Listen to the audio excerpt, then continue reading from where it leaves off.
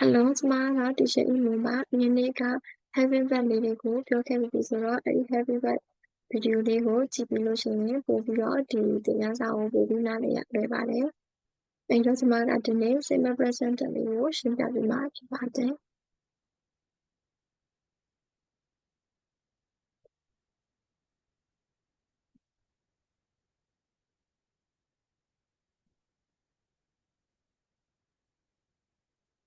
Simple Present Tense ကိုကျမတို့က2ပိုင်းခွဲပါတယ်။ပထမတစ်ပိုင်းကတော့ Verb to be အပိုင်းပါ။ဒုတိယတစ်ပိုင်းကတော့ကျမတို့က Main Verb နဲ့အပိုင်းပါ။အဲ့တော့ကျမတို့က Verb to be အပိုင်းလေးကိုအရင်ပြောမယ်။ Verb to be က Simple Present Tense ရဲ့ Verb to be က am, is, are ဆိုတဲ့သုံးလုံးဖြစ်ပါတယ်။ဒါကတော့ Having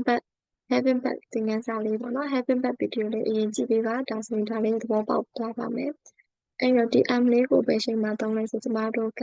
ဒီ Simple Present Tense မှာ pattern 3မျိုးခွဲလိုက်မယ်။ Positive ရယ် Negative ရယ် Interrogative ပါInterrogative လို့ပြောပါတယ်။ Interrogative ဆိုတာကquestion ကိုပြောတာပါ။ဒီမှာအတူပဲရေးပါလိမ့်မယ်။အဲ့တော့ positive ဆိုတာကအဟုတ်ဝကျပါ။ဟုတ်တယ်လို့ပြောတာပါ။ Negative ဆိုတာကအငြင်းဝကျပါ။မဟုတ်ဘူးလို့ပြောတာပါ။မဟုတ်ဘူးပေါ့နော်။မဟုတ်ဘူးလို့ပြောတာ။ဒါကကြတော့ဟုတ်တယ်လို့ပြောတာ။သူ့ကိုဘာသာပြန်ရင်ဟုတ်တယ်၊ဖြစ်တယ်ဘယ်လိုဘာသာပြန်လဲမဟုတ်ဘူးအဲ့လိုမျိုးပြောတာပေါ့နော်။ Interrogative ကကြတော့ဟုတ်လားအဲ့လိုမျိုးပြောတာပေါ့နော်။ဟုတ်လားလို့ပြောတာပါ။ဟုတ်လားမဟုတ်ဘူးလားဒီလိုမျိုးလေးသုံးတာပါ။ဟုတ်လားမဟုတ်လားလို့သုံးတာပါ။ဒါဆိုတော့ဒါလေးကိုပြောပြပါမယ်။ Positive မှာဘယ်လိုသုံးမလဲဆိုရင်ဒီ am လေးကိုဘယ်ချိန်သုံးလဲဆိုလို့ရှိရင် I နဲ့သုံးပါတယ်။ I am လို့သုံးပါတယ်။ I am a teacher ကျွန်ုပ်ကဆရာမတစ်ယောက်ဖြစ်တယ်။ဒီလိုလေးသုံးပါတယ်။ is ကိုကြတော့ he တွေ she တွေ it တွေ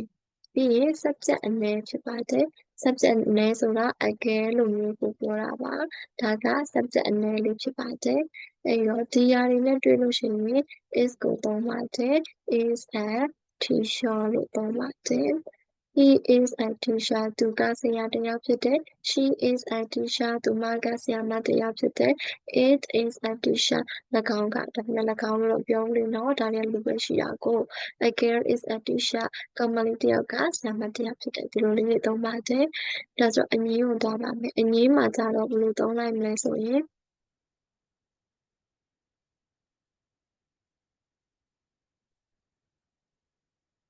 Okay အငြင်းကြလို့ရှိရင် I ရယ် am ရယ် I am သူ့ရဲ့အနောက်မှာ not လေးထည့်လိုက်မယ် I am not အဲ့ဒါလေးကိုအတူကောက်ရေးမယ်ဆိုရင် I'm not လို့ရေးပါတယ် I'm not a teacher ငါကဆရာမတစ်ယောက်မဟုတ်ဘူးဒီလိုမျိုးလေးသုံးပါတယ်ဒါက negative မှာအသုံးဖြစ်ပါတယ်နောက်တစ်ခုစောနလိုပဲ he တွေ she တွေ it တွေပြီးရင် subject အနည်းတွေအဲ့ဒါတွေနဲ့တွေ့ရင်ဘာသုံးလဲဆိုတော့ is ကိုသုံးတယ်ဒါဆိုရင်အငြင်းလို့ပြောလို့သူ့ရဲ့အနောက်မှာ not လေးထည့်လိုက်မယ် a teacher လို့သုံးပါတယ်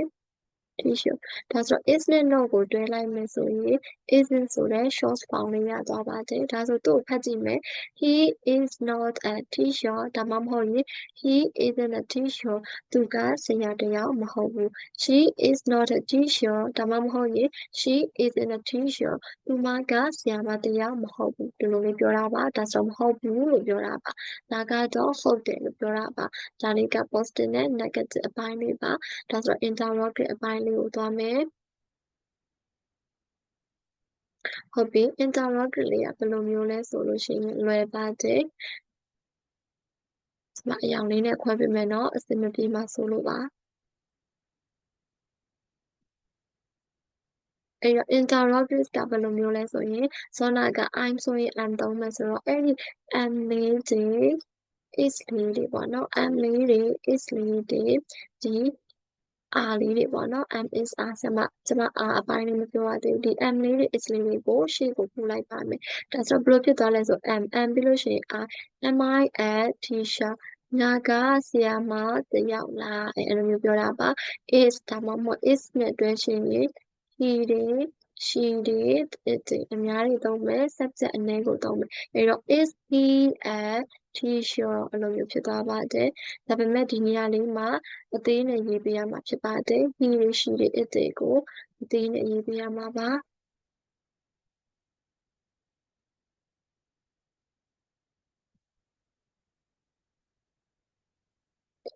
is he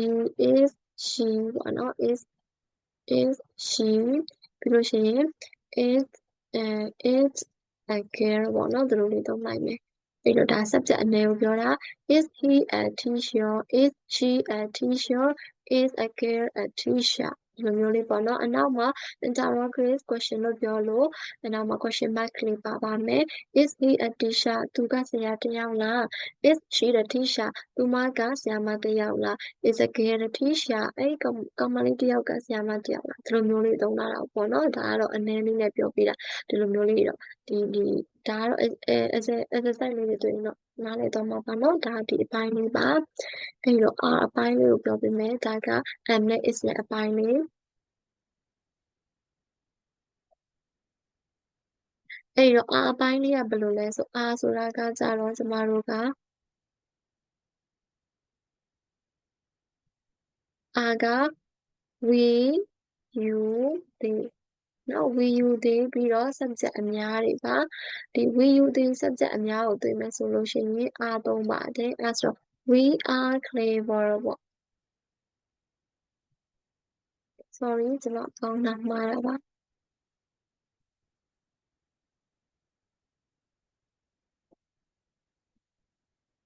we are clever ကျွန်ုပ်တို့တွေကတော်တယ် you are clever နင်တို့ကတော်တယ် they are clever သူတို့တွေကတော်တယ်ဒီမှာ subject အများကြတော့ the children လို့သုံးလိုက်မယ်ပေါ့နော် the children the children ဒီ subject အများနေရာမှာ the children လို့သုံးမယ်ဒါဆိုရင် the children are clever ကလေးတွေကတော်တယ်ဒီလိုမျိုးလေးသုံးပါတယ်ဒါကအဟုတ်ဝကြပါဟုတ်တယ်လို့ပြောတာဖြစ်ပါတယ်နောက်တစ်ခုအငင်းဝကြမှာဆိုလို့ရှိရင်ဒီ we you they we you they ရဲ့ subject အများကြီးကိုကျမတို့က R သုံးမှာဖြစ်တယ်ဒါဆိုတော့သူ့ရဲ့နောက်မှာ not လေးထည့်လိုက်မယ် R နဲ့ not နဲ့တွဲလိုက်တော့ art လေးဖြစ်သွားမယ်အဲ့တော့ clever လေးပြန်သုံးကြည့်မယ်နော်အဲ့တော့ we are not clever ဘာမှမဟုတ်ရင် we aren't clever ငါတို့ကမတော်ဘူးအဲ့လိုပြောတာ you are not clever ဒါမှမဟုတ်ရင် you aren't clever နင်တို့ကမတော်ဘူးပေါ့နော်ဒါမှမဟုတ်ရင် they are not clever they aren't clever သူတို့တွေကမတော်ဘူးဒါဆိုလို့ရှိရင်ဒီ subject အများထဲမှာ the children လို့သုံးလိုက်မယ်ဒါဆိုရင် the children aren't clever ကလေးတွေကမတော်ဘူးဒါကအငြင်းဝကြပုံစံလေးဖြစ်ပါတယ်နောက်တစ်ခု interrogative ပုံစံလေးကိုသွားပါမယ် interrogative ဆိုရင်ဒီ R လေးကိုအရှိကိုပို့လိုက်ပါမယ် R လေးကိုအရှိပို့လိုက်တော့ R ရဲ့အနောက်မှာ we တွေ you တွေ they တွေဖြစ်သွားပါမယ်ပြီးရင် subject အများတွေဖြစ်သွားပါမယ်အဲ့တော့ are we clever ဒီလိုမျိုးလေးသုံးပါမယ်ပြီးရင် interrogative ပြောလို့ question mark လေးထည့်ပါမယ် are we clever ကျွန်တော်တို့တွေကတော်လား are you clever နင်တို့တွေကတော်လား are they clever သူတို့တွေကတော်လား subject အများထဲမှာဇောနာက the children လေးကိုသုံးပြထားတယ်အဲ့တော့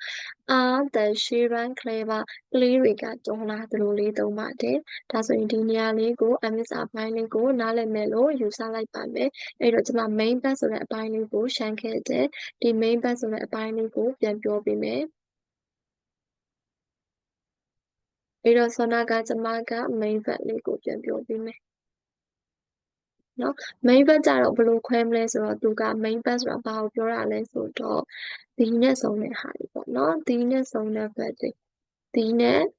ဆုံးတဲ့ verb တွေကိုပြောတာပါဘာတွေလဲဆိုလို့ရှိရင် go ဥပမာ go ဆိုရင်သွားသည် play ကစားသည် နော် eat စားသည်ဒါမှတ်ရလွယ်မဲ့ simple word လေးတွေကိုပြောပြပေးရပါ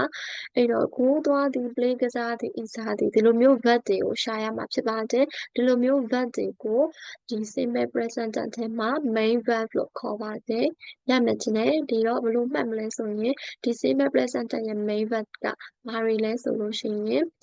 the one day as day es day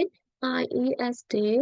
VES တွေဖြစ်ပါတယ်ဟုတ်ပြီသူ့ကိုဘယ်လိုခွဲလဲဆိုလို့ရှိရင် subject နည်းရင် verb ကိုများပေးရပါမယ် subject များရင် verb ကိုနည်းပေးရပါမယ်ဒီလိုမျိုးလေးကျမကမှတ်ပါတယ်ဒါကလေးတွေလည်းမှတ်ရလွယ်တယ်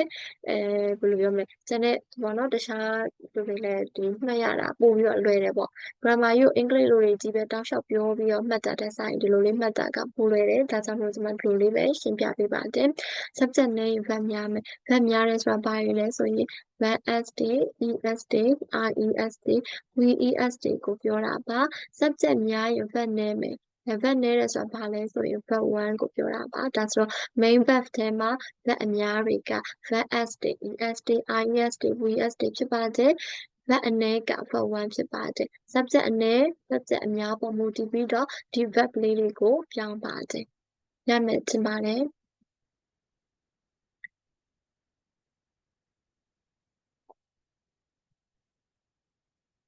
ဒါဆိုရင်ကျမတို့ကgrade 6 ဖတ်စာအုပ်လေးနဲ့ပေါ့နော် grade 6 ဖတ်စာအုပ်လေးနဲ့ကျမတို့ join ကြည့်မယ်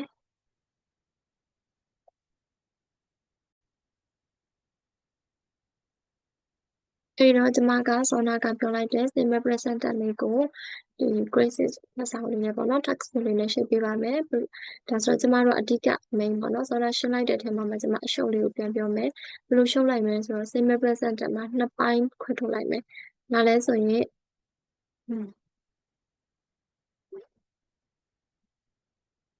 ဒါလည်းဆိုရင် M is R ဆိုတဲ့အပိုင်းလေးနဲ့နော် verb 1 as es ies VES ဆိုတဲ့အပိုင်းဒီလိုမျိုးနှစ်ပိုင်းပဲခွဲထုတ်လိုက်မယ်နော်ဒီလိုမျိုးနှစ်ပိုင်းခွဲထုတ်လိုက်ရင်တော့ရှင်းသွားပြီဒါဆိုပါလဲဆိုတော့နားလည်သွားမယ်စောနာတော့ကတော့ကျွန်မက verb ကိုအသေးစိတ်ပေါ့နော် simple present tense ရဲ့ verb သုံးဖို့မျိုးအသေးစိတ်ရှင်းပြလိုက်တယ်အခုဒီထဲမှာအလွယ်ဆုံးနည်းနဲ့မှတ်ရအလွယ်ဆုံးနည်းနဲ့ပြောလိုက်တယ် present simple ဆိုတာ am is are နဲ့နော် am is are နဲ့ verb 1 ses res vs ကိုပြောတာဒီတော့ကျမတို့ကဒီထဲမှာရှာမယ်ဒီမှာ read the text and underline the verbs in the present simple လို့ပြောတယ်စာကိုဖတ်ပြီးလို့ရှိရင်ဒီ present simple ချိန်က verb တွေကို underline လုပ်လို့ပြောတော့ကျမတို့ဒီစာပိုက်ထဲမှာအဓိကရှာ am is are နဲ့ verb 1 ses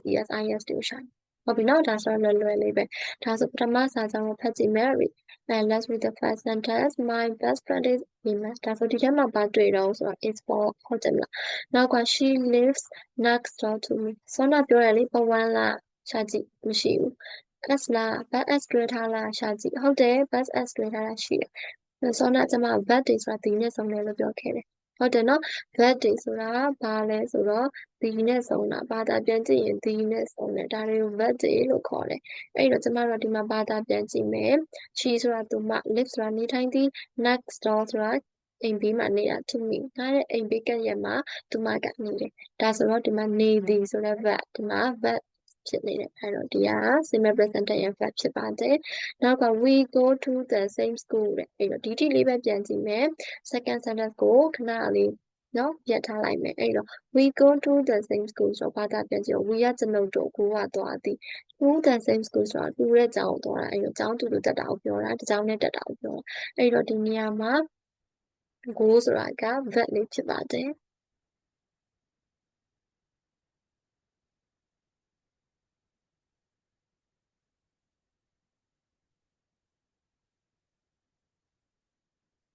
အဲ့တော့ go ဆိုတာ verb လေးဖြစ်ပါတယ်ရမယ်ထင်ပါတယ်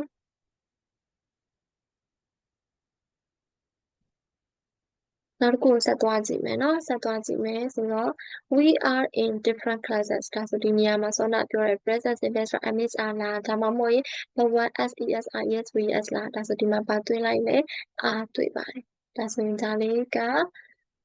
simple present tense ရဲ့ verb လေးဖြစ်ပါတယ်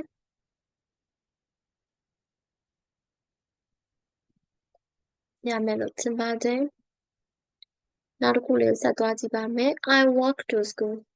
that ဒါဆိုတော့ဒါ next sentence ပေါ့နော် second sentence ကိုခဏလေးရပ်ထားလိုက်မယ် I walk to school ကျွန်ုပ်ကကျောင်းကိုသွားသည်ဒီမှာ walk verb ဖြစ်ပါတယ်ဒါက verb 1လေးပါဒါဆိုဒါလေးက simple present tense ရဲ့ verb လေးပါနောက်စာကြောင်းထဲမှာ Hima goes there by bike အဲ့မှာရှာကြည့်လိုက်တော့ es တွင်ထားတဲ့ verb လေးကိုသွားတွေ့ပါတယ်ဒါဆိုရင်ဒါ simple present tense ရဲ့ verb es ဖြစ်ပါတယ်နောက်တစ်ခုကိုဆက်သွားမယ် because she always gets late ဒါဆိုဒီထဲမှာရှာကြည့်လိုက်တော့ get ဆိုတဲ့ verb s လေးကိုသွားတွေ့ပါတယ်ဒါဆိုရင်ကျန်တဲ့ဟာလေးတွေကိုရမယ်လို့ထင်ပါတယ်ဒီနေရာမှာဖတ်ကြည့်ပါဒီကျန်တဲ့စာပိုင်းနှစ်ပိုင်းကိုဖတ်ကြည့်ပြီးတော့ကိုဒီ simple present tense ရဲ့ verb လေးတွေကို underline လုပ်ကြည့်ပါကျွန်မက answer လေးကိုဒီ sharp comment box လေးမှာရေးပေးထားပါမယ်ဒီနေရာလေးမှာဒီစာကြောင်းလေးကိုသိချကြည့်ပါမယ် she thinks they are boring ဒီနေရာမှာ are လေးကိုတွေ့ပါသလားဒီ are လေးဟာ simple present tense မဟုတ်ပါဘူး simple present tense ရဲ့ are က am is are ပါပဲအဲ့ am is are ရဲ့နောက်မှာဘာတွေလိုက်လဲဆိုရင်ဥပမာကျွန်မပြောခဲ့တယ်လေ I am a teacher ကျွန်ုပ်ကဆရာမတစ်ယောက်ဖြစ်တယ်ဒါဆို a teacher က noun ဖြစ်ပါတယ်ဒါဆိုတော့ဒီ verb to be ရဲ့အနောက်မှာ noun လိုက်ပါတယ်နောက်တစ်ကြောင်းအနေနဲ့ဆိုရင် I am clever ငါကတော်တယ် clever ဆိုတာသူ့ရဲ့တစ်လုံးထဲရဲ့အဓိပ္ပာယ်ကတော်တော်ဆိုတဲ့ adjective ပါဒါကြောင့်မို့လို့ဒီ simple present tense am is are ရဲ့အနောက်မှာ adjective လည်းလိုက်ပါတယ်ဒါဆိုတော့မှတ်ရမှာလေးက simple present tense am is are ရဲ့အနောက်မှာဘာတွေလိုက်မလဲဆိုတော့ noun နဲ့ adjective ပဲလိုက်ပါတယ်အဲ့တော့ simple present tense am is are ရဲ့နောက်မှာ noun နဲ့ adjective တွေ့ရင်တော့ဟုတ်ပါတယ်အဲ့ဒီ am is are က simple present tense ဖြစ်ပါတယ်အဲ့ဒီ simple present tense ရဲ့နောက်မှာဒီမှာ verb ing ဖြစ်နေပါတယ် boring ဆိုတော့ပြင်းနေတာကိုပြောတာပေါ့နော် verb ing ဖြစ်နေတဲ့အတွက်ကြောင့်မို့ဒါလေးက am is are plus verb ing က simple present tense မဟုတ်ပါဘူး